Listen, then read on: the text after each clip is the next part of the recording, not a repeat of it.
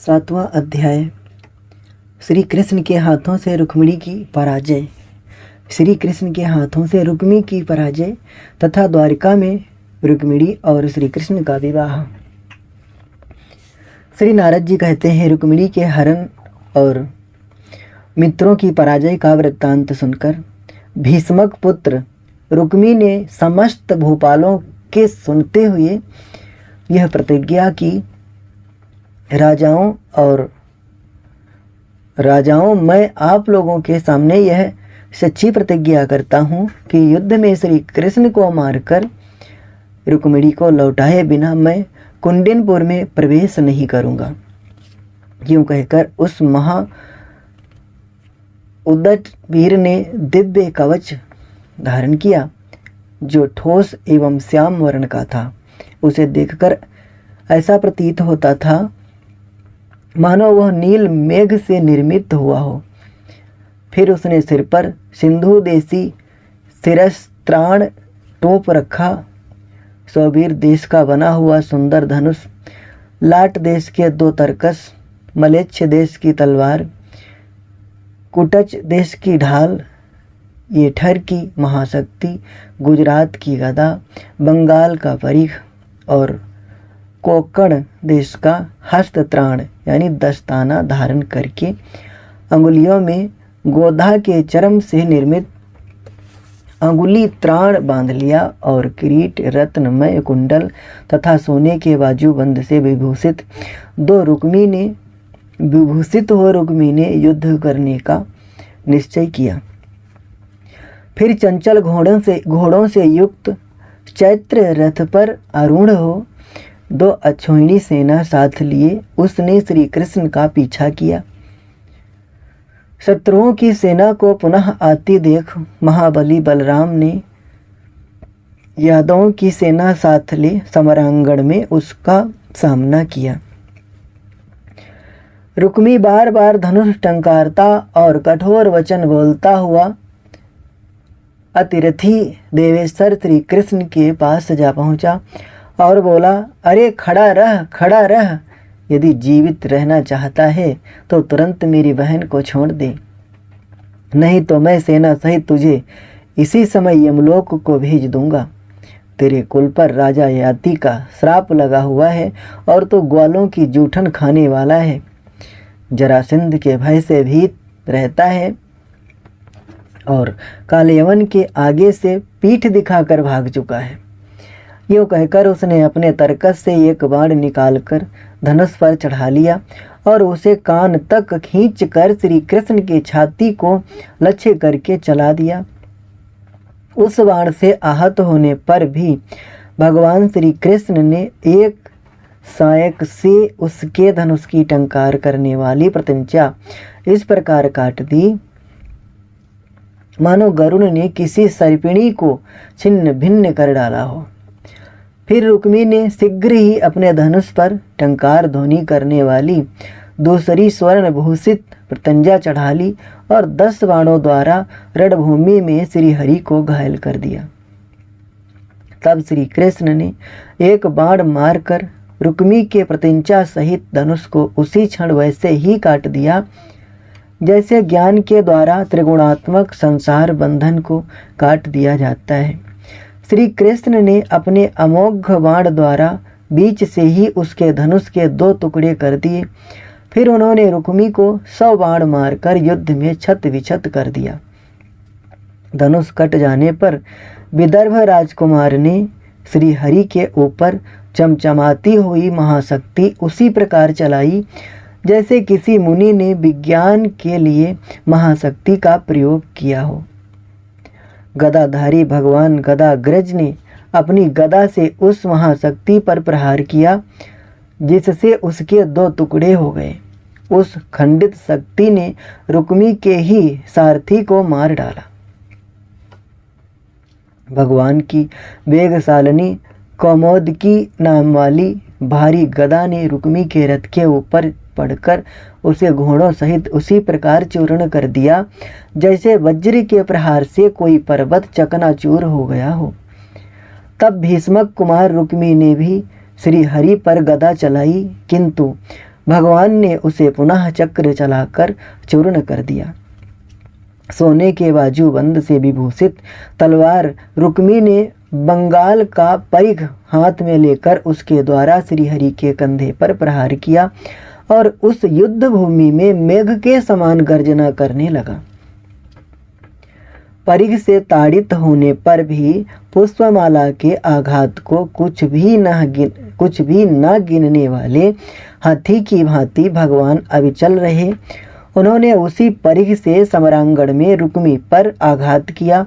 परिघ की चोट खाकर रुक्मी मन ही मन कुछ व्याकुल हो उठा।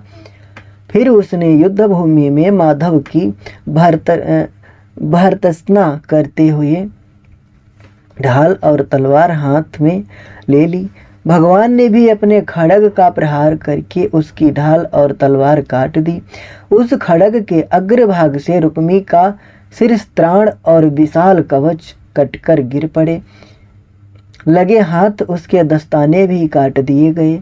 अब उस युद्ध में रुक्मी के हाथ में केवल तलवार की मुट्ठी रह गई थी।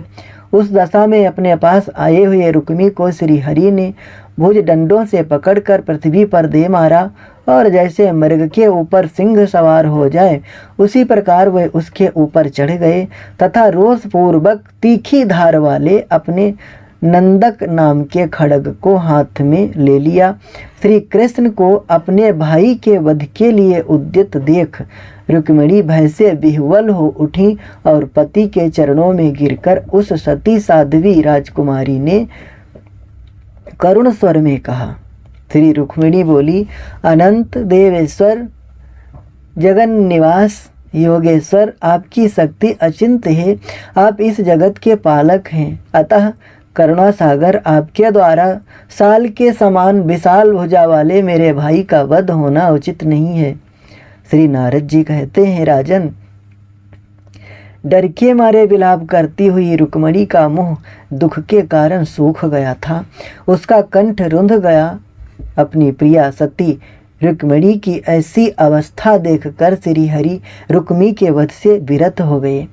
फिर उसी के कमर बंध से बांधकर तीखी धार वाले खड्ग से श्रीहरि ने रुक्मी के कांधे, मुख की दाढ़ी मूछ के बाल, आधे मुख की दाढ़ी मूछ के बाल साफ कर दिए। इतने में ही 2 अश्विनी सेना को परास्त करके सैनिकों सहित बलराम जी वहां आ पहुँचे। उन्होंने देखा कि रुक्मी कुरूप और दीन अवस्था में बंधा पड़ा है। फिर तो उनके हृदय में दया आ गई और उसका बंधन खोलकर बलराम जी ने श्रीहरि को फटकारते हुए कहा, कृष्ण, तुमने ये अच्छा नहीं किया।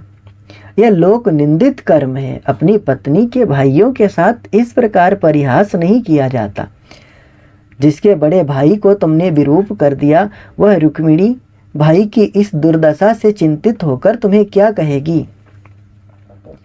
श्री कृष्ण से यूं कहकर वे रुक्मिणी से बोले, कल्याणी, तुम शोक ना करो, शुचिस्मते, स्वस्थ हो जाओ।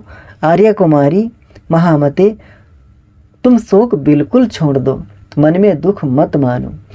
प्रिय अथवा अप्रिय जो भी प्राप्त होता है वह सब मैं काल का किया हुआ मानता हूँ।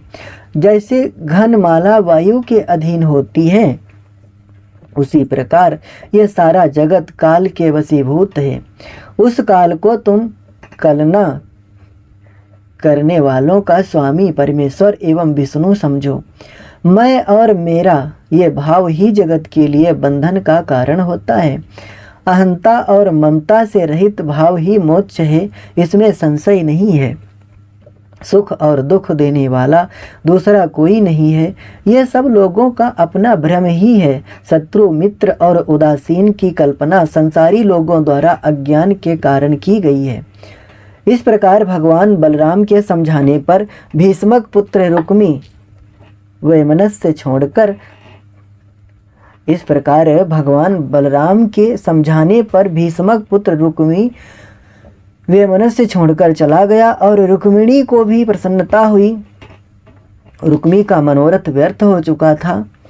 बलराम और श्री कृष्ण के द्वारा जीवित छोड़ दिए जाने पर अपने विरूपकरण की घटना को याद करके उसने तपस्या में लग जाने का विचार किया, किंतु मुख्यमंत्रियों के मना करने पर उसने तप का विचार छोड़ दिया। तथापि कुंडिनपुर में फिर पैर नहीं रखा। रुक्मी ने अपने निवास के लिए भोजकट नामक एक उत्तम नगर का निर्माण कराया। राजन बलराम और यदुवंशी योद्धाओं से घिरे हुए रुक्मिणी सहित भगवान गोविंद अपनी विजय दुंदुभी बजाते हुए द्वारका को चले गए। वहाँ बड़ा भारी उत्सव मनाया गया। मार्गशीर्ष मास में साक्षात श्रीहरि ने वैदिक विधि के अनुसार रुचिर मुख वाली रुक्मिणी के साथ विवाह किया। रुक्मिणी पति श्रीहरि का विवाह संपन्न हो जाने पर श्री रुक्मिणी देवी उनके रुक्म मंदिर सुवर्णमय भवन की शोभा बढ़ाने लगी। पुण्यवती द्वारिकापुरी उस समय देवराज इंद्र की अमरावती के समान सुशोभित हो रही थी। भीष्म नंदिनी रुक्मिणी के विवाह की इस विचित्र कथा को जो भक्ति भाव से सुनता और सुनाता है, वह भक्त इस लोक में भी वैभव से संपन्न रहता है और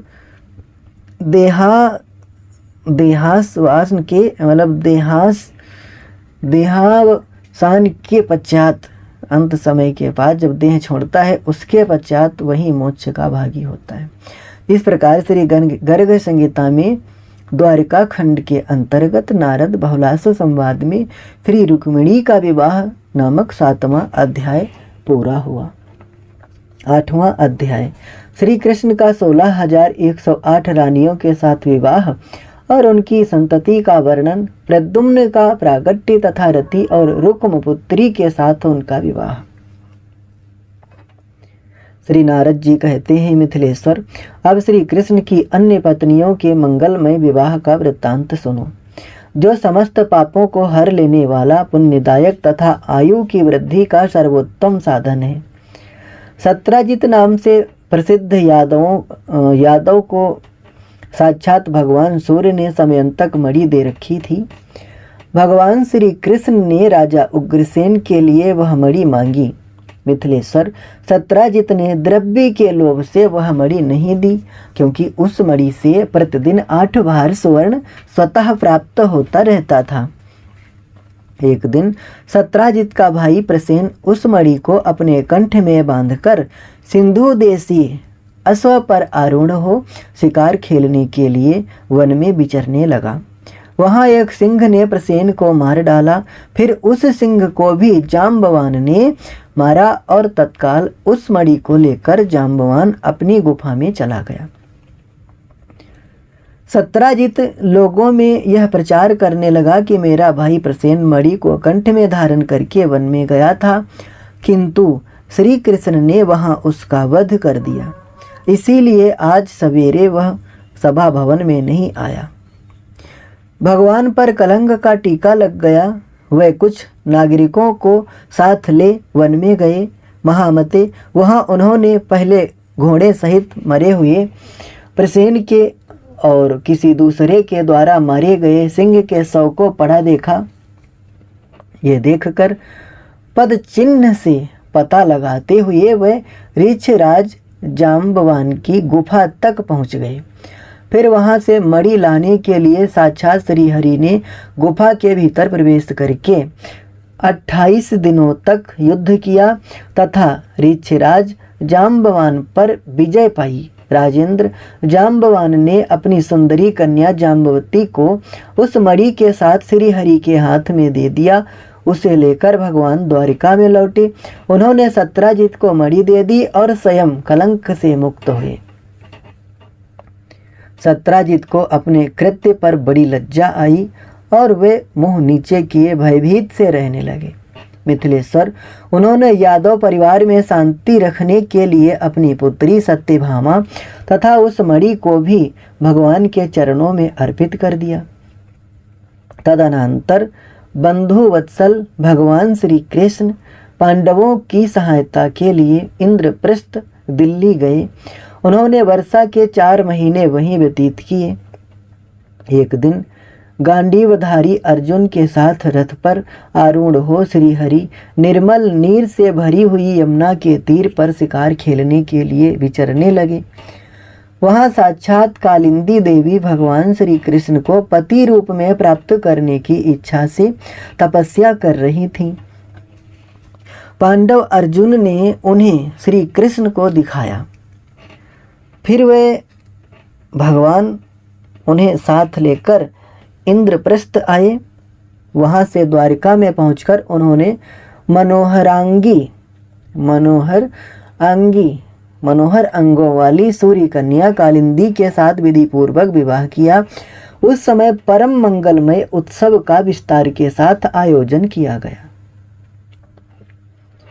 अवंती के नरेश की एक पुत्री थी जो रूप लावण्य से मन को हर लेने वाली थी। उसका नाम था मित्रविंदा। भगवान श्री कृष्ण रुक्मिणी की ही भांति मित्रविंदा को भी स्वयंवर से हर लाए। राजा नग्नजित के एक पुत्री थी जो लोगों में सत्या के नाम से विख्यात थी। उसके विवाह के लिए राजा ने यह प्रतिज्ञा की थी कि 7 साँड़ों को जो एक साथ ही नाथ देगा उसी वीर को मैं अपनी पुत्री दूंगा। भगवान श्री कृष्ण ने सब लोगों के देखते देखते उन 7 साँड़ों को नाथ कर सत्या के साथ विवाह किया। कई राजकुमारी भद्रा को भी भगवान श्री हरि उसकी इच्छा के अनुसार अपने घर ले आए।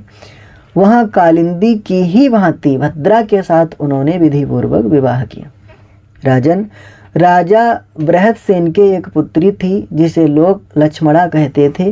वह समस्त शुभ लक्षणों से संपन्न थी। उसके यहाँ स्वयंवर में मत्स्य वेद की शर्त रखी गई थी। भगवान ने उस मत्स्य का भेदन किया और अपने ऊपर आक्रमण करने वाले शत्रुओं को परास्त करके लक्ष्मणा का हाथ पकड़ा। 16,100 राजकुमारियां भौमासुर के कारागार में बंद थीं। भगवान ने भौमासुर का वध करके उसकी कैद से उनको छुड़ाया। उन चारु दर्शना युवतियों की इच्छा देखकर वे उन्हें अपने साथ ले आए। एक ही मुहूर्त में विभिन्न भवनों में रहती हुई उन युवतियों के साथ अपनी माया से उतने ही रूप धारण करके भगवान ने उन सबका विधि पूर्वक पानी ग्रहण किया। इस प्रकार 16,108 रानियों में से प्रत्येक ने श्री कृष्ण के 10 पुत्र उत्पन्न किए। वे सभी गुणों में पिता के समान थे। भीष्मक कन्या रुक्मिणी के गर्भ से सबसे पहले प्रद्युम्न प्रकट हुए।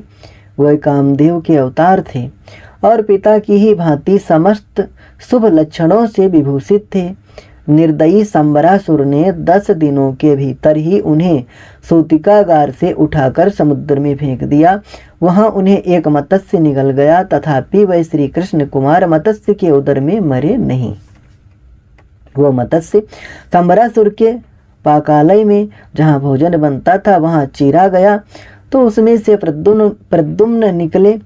वहाँ उनकी पूर्व पत्नी रति ने उनका पालन किया। जब वह बड़े हुए और युवा अवस्था प्रारंभ हुई तब उन्हें अपने शत्रु की करतूत का पता चला।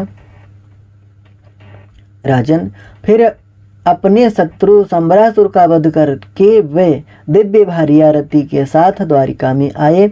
उनका वह कर्म बड़ा ही विचित्र एवं अद्भुत था। राजन, महारथी श्री कृष्ण पुत्र प्रद्युम्न रुक्मी की बेटी को भोजकट नगर के स्वयंवर स्थल से हर लाए। महारथी श्री कृष्ण पुत्र प्रद्युम्न रुक्मी की बेटी को भोजकट नगर के स्वयंवर स्थल से हर लाए और द्वारिका में उसके साथ उनका विवाह हुआ। प्रद्युम्न से अनिरुद्ध नामक पुत्र का जन्म हुआ जिसमें 10,000 हाथियों का बल था। वे ब्रह्मा जी के अवतार समझे जाते थे। उनकी कांति शरत काल के प्रफुल्ल नील कमल के समान श्याम थी।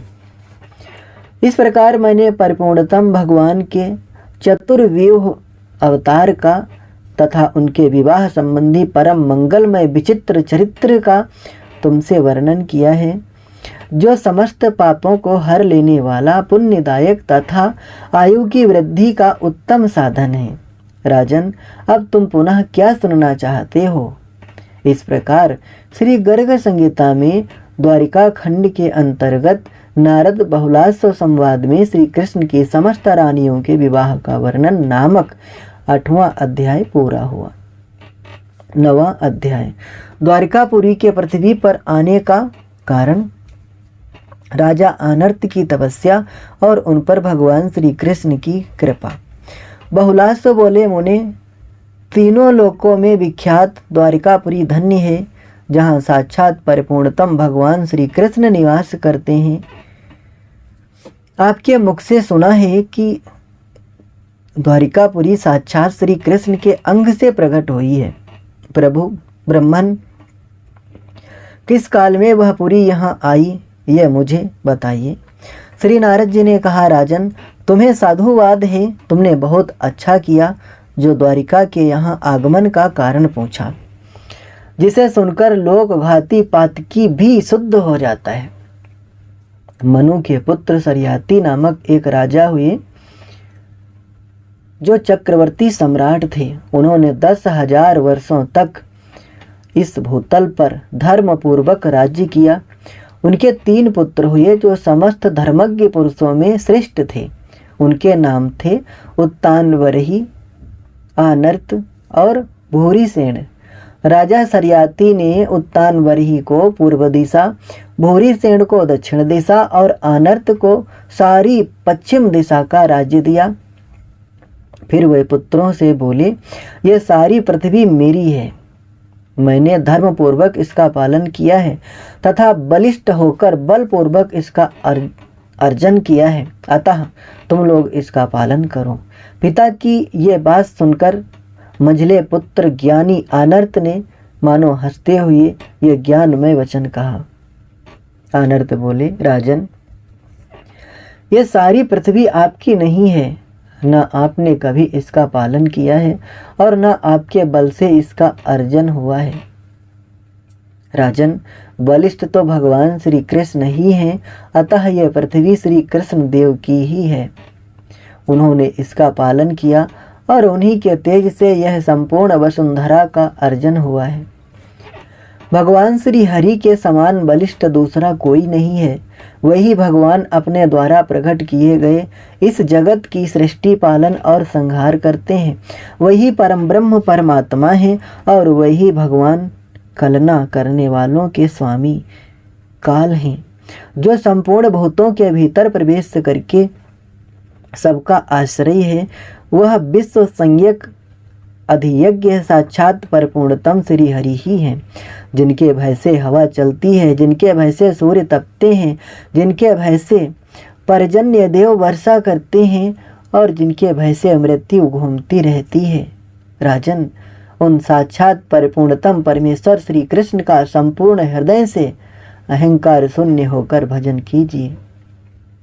नारद जी कहते हैं, मिथिलेश्वर, राजा सरियाती ज्ञान को प्राप्त होकर भी पुत्र के वाग बाणों से आहत हो रोष से फड़कते हुए अधरों द्वारा अपने मध्यम पुत्र आनर्त से बोले।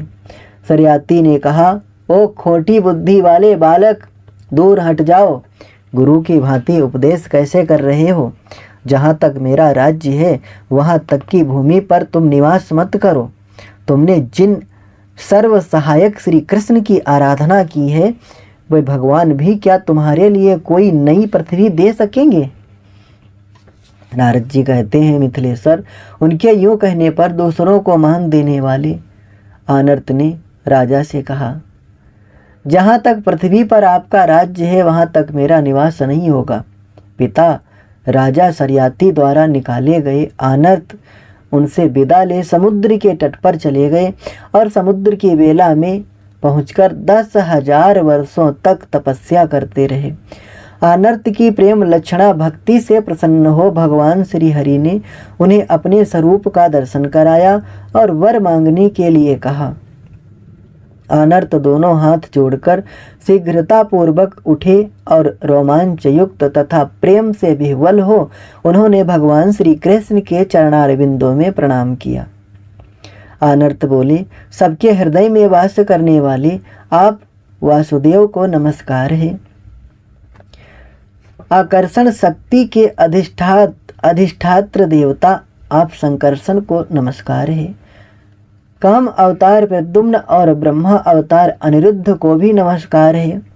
भगवान, आप साधु संतों के प्रतिपालक हैं, आपको बारंबार नमस्कार है। देव, मेरे पिता ने मुझे राज्य से बाहर निकाल दिया है, अतः मैं आपकी शरण में आया हूँ। मुझे दूसरी कोई भूमि दीजिए जहाँ मेरा निवास हो सके। ध्रुवी जिनके कृपा प्रसाद से सर्वोत्तम पद को प्राप्त हुए, प्रणत जनों का कलेश दूर करने वाले उन भगवान, आपको मेरा नमस्कार है।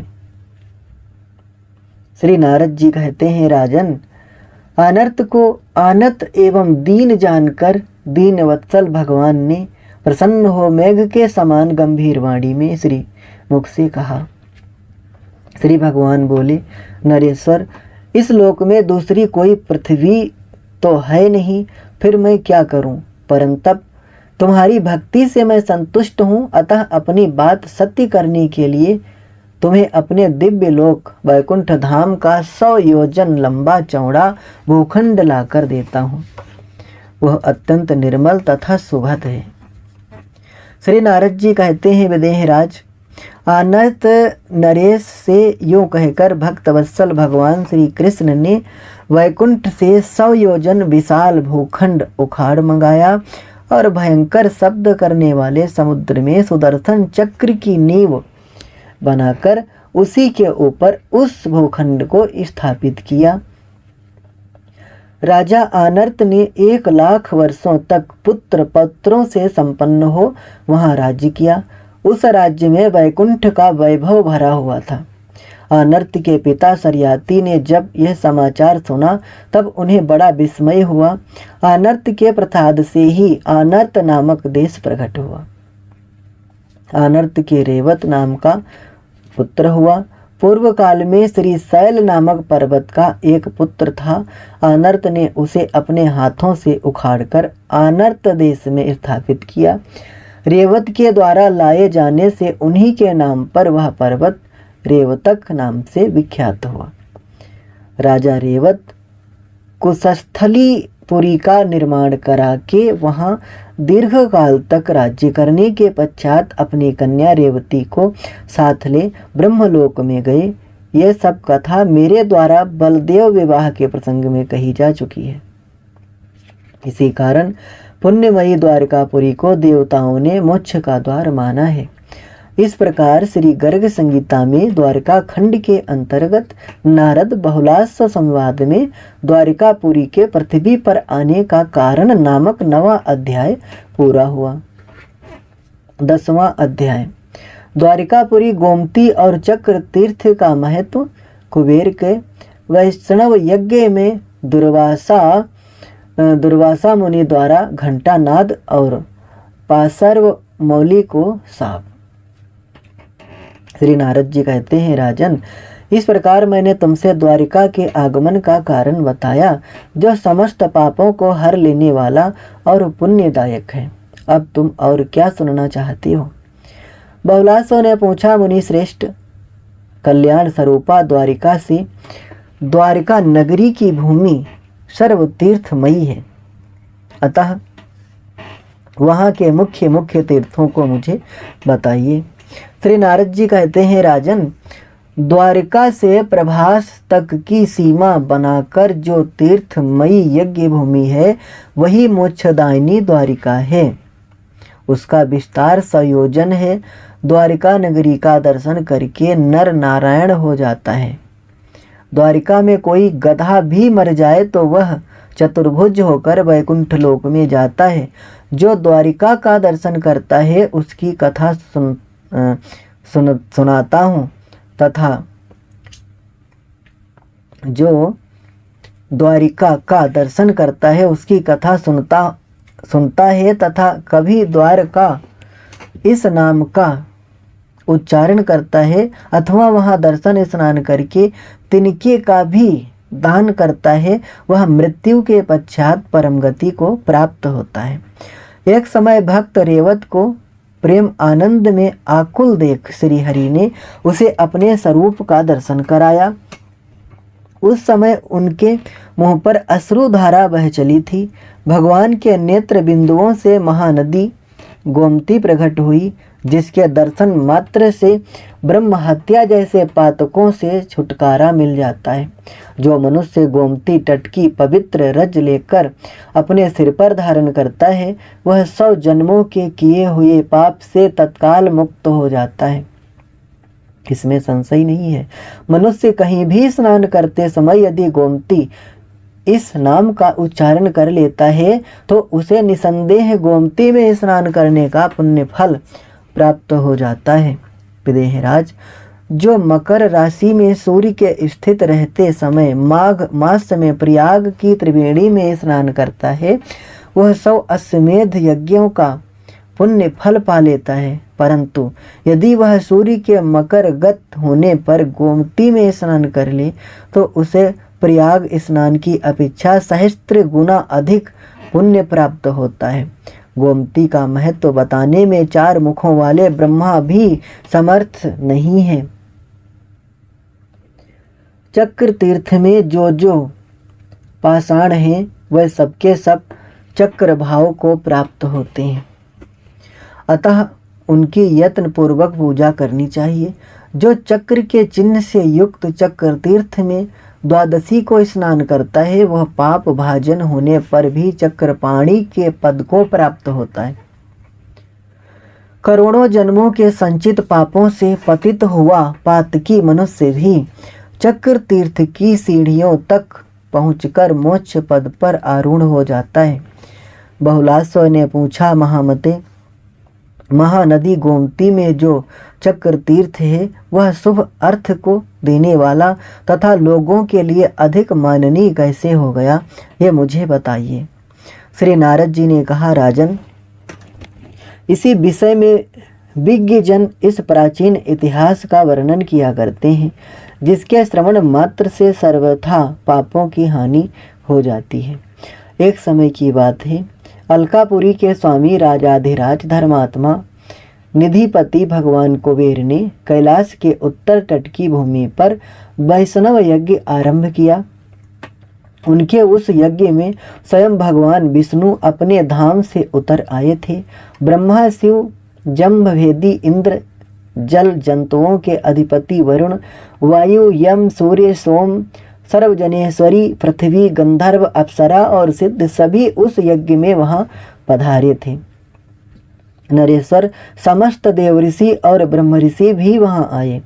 उस समय कुबेर का पुत्र नलकूबर धन अध्यक्ष था। यज्ञ की रक्षा में वीरभद्र को नियुक्त किया गया था। सत्पुरुषों की सेवा का भार गजानन गणपति के ऊपर था। समस्त मरुतगण रसोई परोसने का कार्य करते थे। स्वामी कार्तिकेय धर्मपारायण रहकर सभा मंडप में समागत अतिथि जनों की पूजा सत्कार करते थे तथा घंटानाद और पासरोमौली, ये दोनों कुबेर के मंत्री जो संपूर्ण शास्त्रवेत्ताओं में श्रेष्ठ थे, धन अध्यक्ष बनाए गए थे। इस प्रकार महान उत्सव से परिपूर्ण उस यज्ञ का विधि पूर्वक अनुष्ठान संपन्न हुआ। यज्ञ अंत का अवृत स्नान करके महामनस्वी राज कुबेर ने देवताओं को उनका उत्तम भाग दिया और ब्राह्मणों को पर्याप्त दक्षिणा दी। इस प्रकार उस श्रेष्ठ यज्ञ के परिपूर्ण होने पर जब समस्त देव ऋषि गण संतुष्ट हो गए, तब दंड, छत्र और जटा धारण किए महर्षि दुर्वासा वहां आ पहुँचे। वह स्वभाव से ही क्रोधी और कृशकाय थे।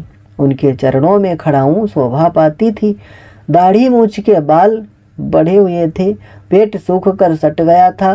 कुशासन, समिधा, जलपात्र और मृगचर्म धारण किए वह श्रेष्ठ मुनि वहां पधारे हुए उन महर्षि के पास जाकर उनकी विधि पूर्वक पूजा करके भयभीत हुए कुबेर ने परिक्रमा पूर्वक उनके चरणों में प्रणाम किया और कहा, ब्रह्मन, आपके पदार्पण करने से आज मेरा जन्म सफल हो गया, भवन सार्थक हो गया और यह मेरा यज्ञ भी सफल हो गया।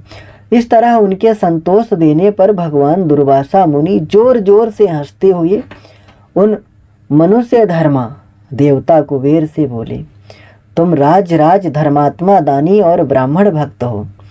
तुमने भगवान विष्णु को संतुष्ट करने वाले वैष्णव यज्ञ का अनुष्ठान किया है। प्रभु,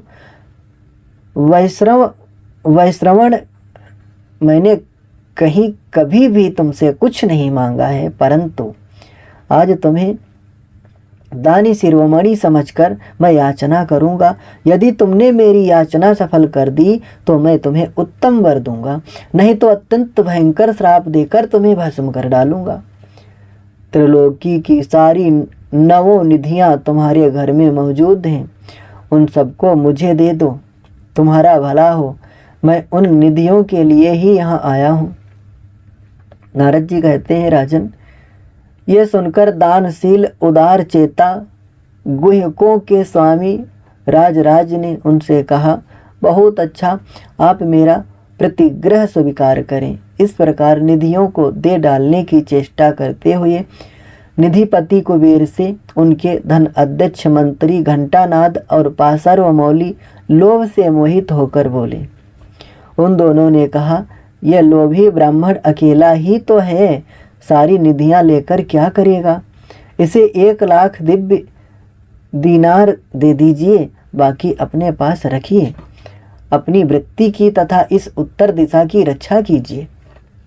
नारद जी कहते हैं, राजन, उन मंत्रियों का वह कठोर वचन सुनकर दुर्वासा रोष से आग बबूला हो उठे। उनकी भौहें टेढ़ी हो गईं तथा उनके नेत्र लाल हो गए। सारा ब्रह्मांड बटलोई की तरह 2 निमेष तक हिलता रहा। कुबेर को अपने चरणों में पड़ा देख मुनि ने उन दोनों मंत्रियों को श्राप दे दिया। मुनि ने कहा, महादुष्ट घंटानाद, तेरी बुद्धि पाप में ही लगी रहने वाली है। तो अत्यंत लोभी है, ग्राह की भांति धन ग्राही है, अतः हे महाखल, तू ग्राह हो जा। पाप पूर्ण विचार रखने वाले पासर्वमौले, तो भी धन के लोभ और मद से भरा हुआ है और हाथी की भांति प्रेरणा दे रहा है, अतः दुर्बुद्धे तू हाथी हो जा। श्री नारद जी कहते हैं, राजन, उन दोनों को श्राप दे कुबेर से निधि लेकर मुनिवर दुर्वासा ने पुनः कुबेर को अत्यंत दुर्लभ वर प्रदान किया। कुबेर, इस दान से तुम्हारे पास 9 निधियां द्विगुणित होकर आ जाएं। यूँ कहकर वे निधियों के साथ वहाँ से चल दिए। आहा, परम तेजस्वी महर्षियों का बल कैसा अद्भुत है। इस प्रकार श्री गर्ग संहिता में द्वारिका खंड के अंतर्गत नारद बहुलास संवाद में गोमती के उपाख्यान के प्रसंग में चक्रतीर्थ का महत्व नामक 10वां अध्याय पूरा हुआ। 11वां अध्याय, गज और ग्राह बने हुए मंत्रियों का युद्ध और भगवान विष्णु के द्वारा उनका उद्धार। नारद जी कहते हैं, राजन, कुबेर के दोनों मंत्री ब्राह्मण के श्राप से मोहित होकर अत्यंत दीन दुखी हो गए। उस यज्ञ में साक्षात भगवान विष्णु पधारे थे। वे अपनी शरण में आए हुए उन दोनों मंत्रियों से बोले। श्री भगवान ने कहा, मेरी अर्चना से युक्त इस यज्ञ में तुम दोनों को दुख उठाना पड़ा है। ब्राह्मणों की कही हुई बात को टाल देने या अन्यथा करने की शक्ति मुझ में नहीं है। तुम दोनों ग्रह और हाथी हो जाओ। जब कभी तुम दोनों में युद्ध छिड़ जाएगा, तब मेरी कृपा से तुम दोनों अपने पूर्ववर्ती स्वरूप को प्राप्त हो जाओगे। नारद जी कहते हैं, राजन, भगवान विष्णु के यूं कहने पर राजाधिराज कुबेर के वे दोनों मंत्री ग्रह और हाथी हो गए, परंतु उन्हें अपने पूर्व जन्म की बातों का स्मरण बना रहा। घंटानाद ग्राह हो गया और सैकड़ों वर्षों तक गोमती नदी में रहा। वह बड़ा विकराल, अत्यंत भयंकर तथा सदा रौद्र रूप धारण किए रहता था। पासर्वमौली रेवतक पर्वत के जंगल में 4 दांतों वाला हाथी हुआ। उसके शरीर का रंग काजल के समान काला था। उसके पृष्ठभाग की ऊंचाई 100 धनुष के बराबर थी।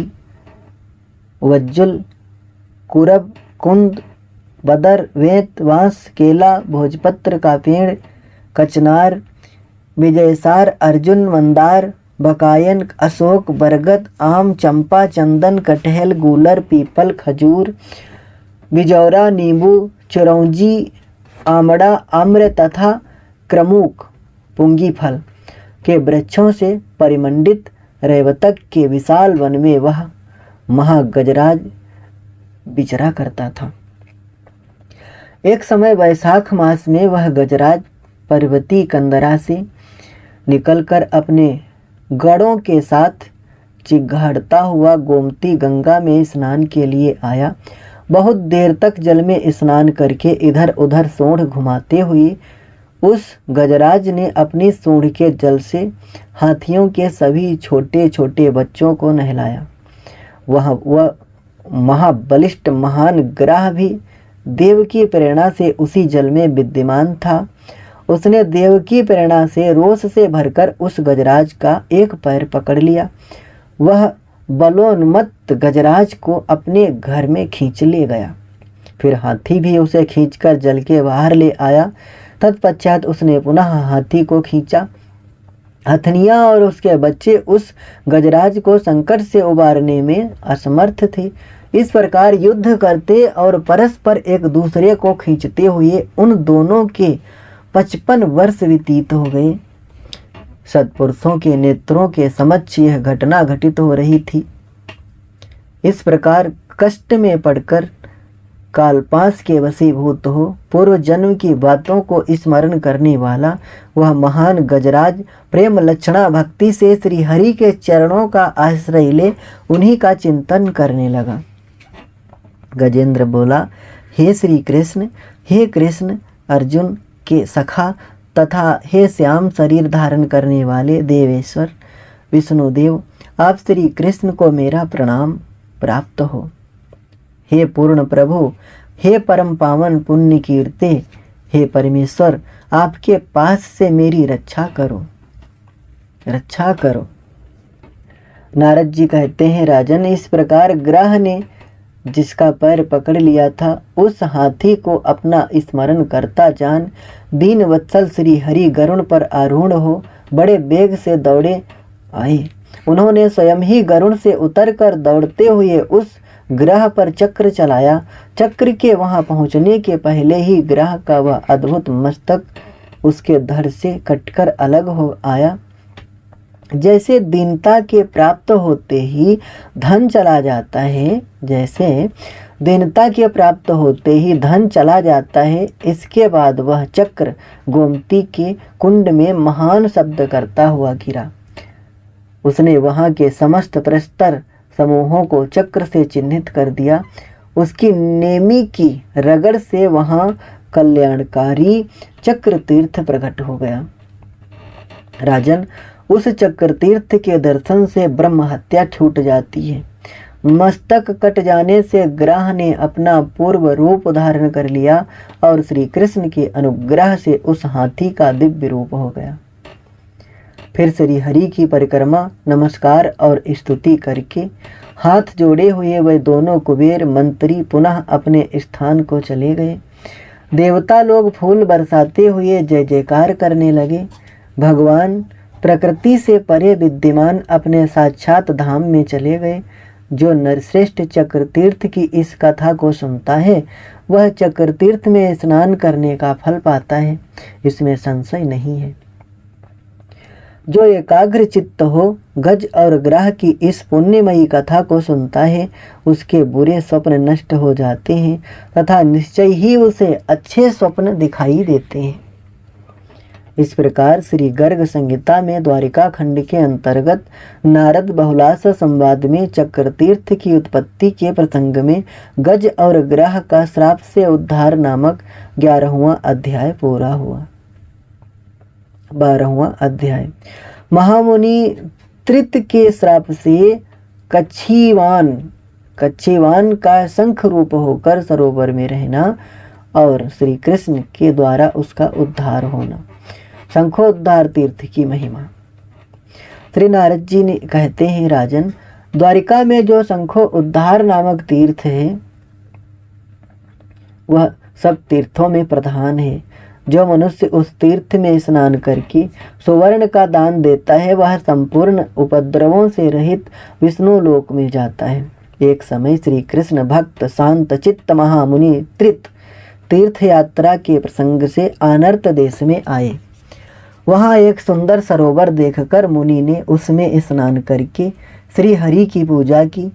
उस पूजा में सुंदर लक्षणों से युक्त जो महाशंख वे बजाया करते थे उसे उन्हीं के शिष्य कच्छीवान ने अत्यंत लोभ के कारण चुरा लिया। पूजा का शंख चुराया गया देख मुनिवर त्रित कुपित होकर बोले, जो मेरा शंख ले गया है वह अवश्य ही शंख हो जाए। कच्छीवान तत्काल श्राप से पीड़ित हो शंख हो गया और गुरु के चरणों में गिरकर बोला, भगवान मेरी रक्षा कीजिए। त्रित मुनि शीघ्र ही शांत हो गए और बोले, दुर्बुद्धि, ये तुमने क्या किया? चोरी के दोष से जो पाप हुआ है उसका फल भोग। मेरी बात झूठी नहीं हो सकती, तो यहाँ श्री कृष्ण के चरण कमलों का चिंतन करता रह, वही तेरा उद्धार करेंगे। राजन, यूं कहकर जब महामुनि त्रित देव वहां से चले गए तब शंख रूपधारी कच्छीवान उस सरोवर में कूद पड़ा और कृष्ण कृष्ण पुकारता हुआ 100 वर्षों तक वहीं रहा। तदनंतर भक्तवत्सल पर पूर्णतम साक्षात भगवान श्री कृष्ण उस सरोवर के तट पर आए और उसे अभय दान देते हुए बोले, डरो मत। मेघ गर्जना के समान भगवान की वह गंभीर वाणी सुनकर वह जलचर शंख चीख उठा, देव देव जगत पते मेरी रक्षा कीजिए, रक्षा कीजिए। तब सर्व सामर्थ्यशाली कृपा परायण भगवान ने नागराज के शरीर की भांति अपने हष्ट पुष्ट भुजा के द्वारा उस भक्त शंख का उसी प्रकार जल से उद्धार किया जैसे किसी समय उन्होंने गज का उद्धार किया था। कच्छीवान उसी क्षण शंख का रूप छोड़कर दिव्य रूपधारी हो गया और हाथ जोड़ श्री हरि को नमस्कार करके उनकी स्तुति करने लगा। कच्छीवान ने कहा, वासुदेव आपको नमस्कार है। गोविंद पुरुषोत्तम दीनवत्सल दीननाथ द्वारकानाथ परमेश्वर आपको मेरा बारंबार प्रणाम है। आपने ही ध्रुव को ध्रुवपद प्रदान किया, प्रहलाद की पीड़ा हर ली, गजराज का उद्धार किया तथा राजा बलि की भेंट स्वीकार की। आपको बारंबार नमस्कार है। द्रौपदी का चीर बढ़ाकर उसकी लाज बचाने वाले आप श्री हरि को नमस्कार है। विष अग्नि और वनवास से पांडवों की रक्षा करने वाले पांडव सहायक आपको नमस्कार है। यदुकुल के रक्षक तथा इंद्र के कोप से ब्रज के गोपों की रक्षा करने वाले आपको नमस्कार है। गुरु को माता देवकी को और ब्राह्मण को उनके मरे हुए पुत्रों को लाकर देने वाले श्री कृष्ण आपको बारंबार नमस्कार है। जरासंध की कैद में पड़े हुए नरेशों को वहां से छुटकारा दिलाने वाले, राजा नृग का उद्धार करने वाले तथा सुदामा की दीनता हर लेने वाले आप साक्षात परमेश्वर को नमस्कार है। आप वासुदेव श्री कृष्ण को नमस्कार है। संकर्षण, प्रद्युम्न और अनिरुद्ध को भी नमस्कार है। इस प्रकार चतुर्व्यूह रूपधारी आप परमेश्वर को मेरा प्रणाम है। देवदेव आप ही मेरी माता, आप ही पिता, आप ही बंधु, आप ही सखा, आप ही विद्या, आप ही धन और आप ही मेरे सब कुछ हैं।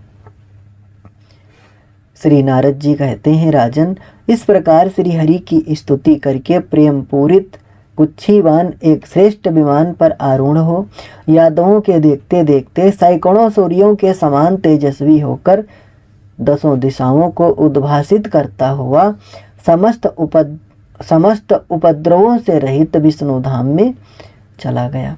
मिथिलेश्वर, श्री हरि ने जिस सरोवर के तट पर शंख का उद्धार किया था वह उस घटना के कारण ही परम पुण्यमय शंखोद्धार तीर्थ के नाम से प्रसिद्ध हो गया। जो श्रेष्ठ मानव शंखो उद्धार की इस कथा को सुनता है वह शंखो उद्धार तीर्थ में स्नान करने का फल पा जाता है, इसमें संशय नहीं है। इस प्रकार श्री गर्ग संहिता में द्वारिका खंड के अंतर्गत नारद बहुलासा संवाद में शंखो उद्धार तीर्थ का महत्व नामक 12वां अध्याय पूरा हुआ। 13वां अध्याय प्रभास सरस्वती बोध पिप्पल और गोमती सिंधु संगम का महत्व। श्री नारद जी कहते हैं, महामते विदेहराज प्रभास तीर्थ का भी महत्व सुनो, जो सर्व पापहारी पुण्यदायक तथा तेज की वृद्धि करने वाला है। राजन, सिंह राशि में बृहस्पति के रहते, गोदावरी में कुंभगत बृहस्पति के होने पर हरिक्षेत्र हरिद्वार में, सूर्य ग्रहण के समय कुरुक्षेत्र में और चंद्र ग्रहण के अवसर पर काशी में स्नान और दान करके मनुष्य जिस पुण्य को पाता है उससे 100 गुना पुण्य प्रभास क्षेत्र में प्रतिदिन स्नान करने से प्राप्त होता है। दक्ष के श्राप से राजे क्षमा नामक रोग हो जाने पर नक्षत्रों के स्वामी चंद्रमा जहाँ स्नान करके तत्काल श्राप दोष से मुक्त हो गए और पुनः उनकी कलाओं का उदय हुआ, वही प्रभास तीर्थ है। राजन, उस तीर्थ में परम पुण्यमयी पश्चिम वाहिनी सरस्वती प्रवाहित होती हैं। उनके जल में स्नान करके पापी मनुष्य भी साक्षात ब्रह्ममय हो जाता है। नरेश्वर, सरस्वती के तट पर बोध पिप्पल नाम से प्रसिद्ध तीर्थ है, जहाँ भगवान श्री कृष्ण ने उद्धव को परम कल्याणमय भागवत धर्म का उपदेश दिया था। राजन, उस बोध पिप्पल की विधिवत पूजा करके सिर नवाकर जो उसका स्पर्श करता है और ब्रह्म सम्मिति भागवत पुराण को सुनता है, मन को संयम में रखते हुए मौन भाव से भागवत का आधा श्लोक या चौथाई श्लोक भी सुन लेता है, उसके हाथ में भगवान विष्णु का परम पद आ जाता है, अर्थात उसके लिए परम पद की प्राप्ति निश्चित हो जाती है। जो प्रभास में भाद्रपद मास की पूर्णिमा तिथि को सोने के सिंहासन से युक्त श्रीमद् भागवत पुराण का दान करता है, वह परम गति को प्राप्त होता है। जिन्होंने कहीं या कभी श्रीमद् भागवत पुराण नहीं सुना, उन भूमिवासी मनुष्यों का जन्म व्यर्थ चला गया।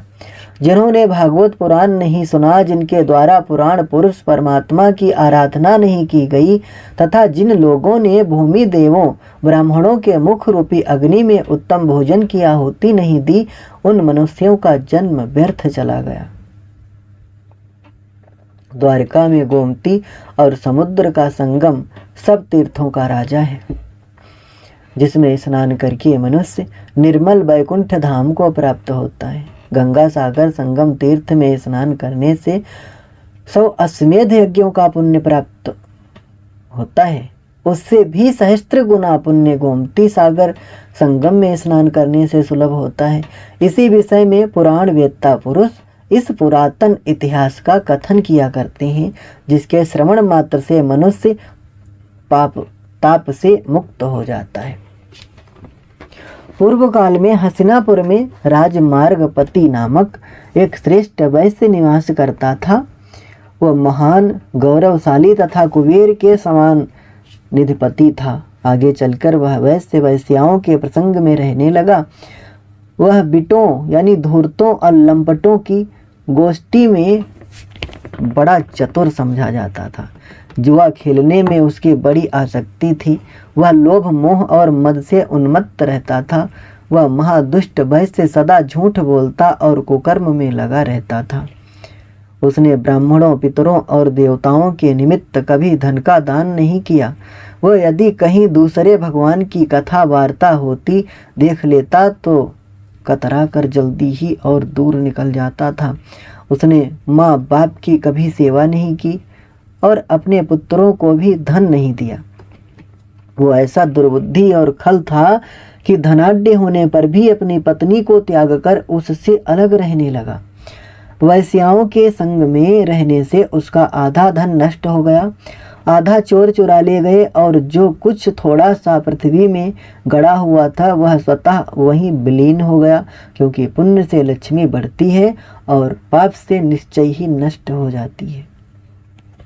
इस प्रकार वैश्याओं में आसक्त हुआ वह महादुष्ट वैश्य निर्धन हो गया और उसी रमणी नगर हसनापुर में चोरी का काम करने लगा। उन दिनों वहां राजा शंतनु राज्य करते थे। उन्होंने चोरी के कर्म में लगे हुए उस वैश्य को रस्सियों से बांधकर अपने देश से बाहर निकलवा दिया। वन में रहकर वह जीवों की हिंसा करने लगा। उन्हीं दिनों वहां बहुत वर्षों तक वर्षा नहीं हुई। तब दुर्भिक्ष से पीड़ित हुआ वह वैश्य पश्चिम दिशा की ओर चला गया। वहां एक वन में किसी सिंह ने अपने पंजे से उसको मार डाला। उसी समय यमदूत आए और उसे पासों में बांधकर नीचे मुख करके लटकाए तथा कोड़ों से पीटते हुए यमलोक के मार्ग पर ले चले।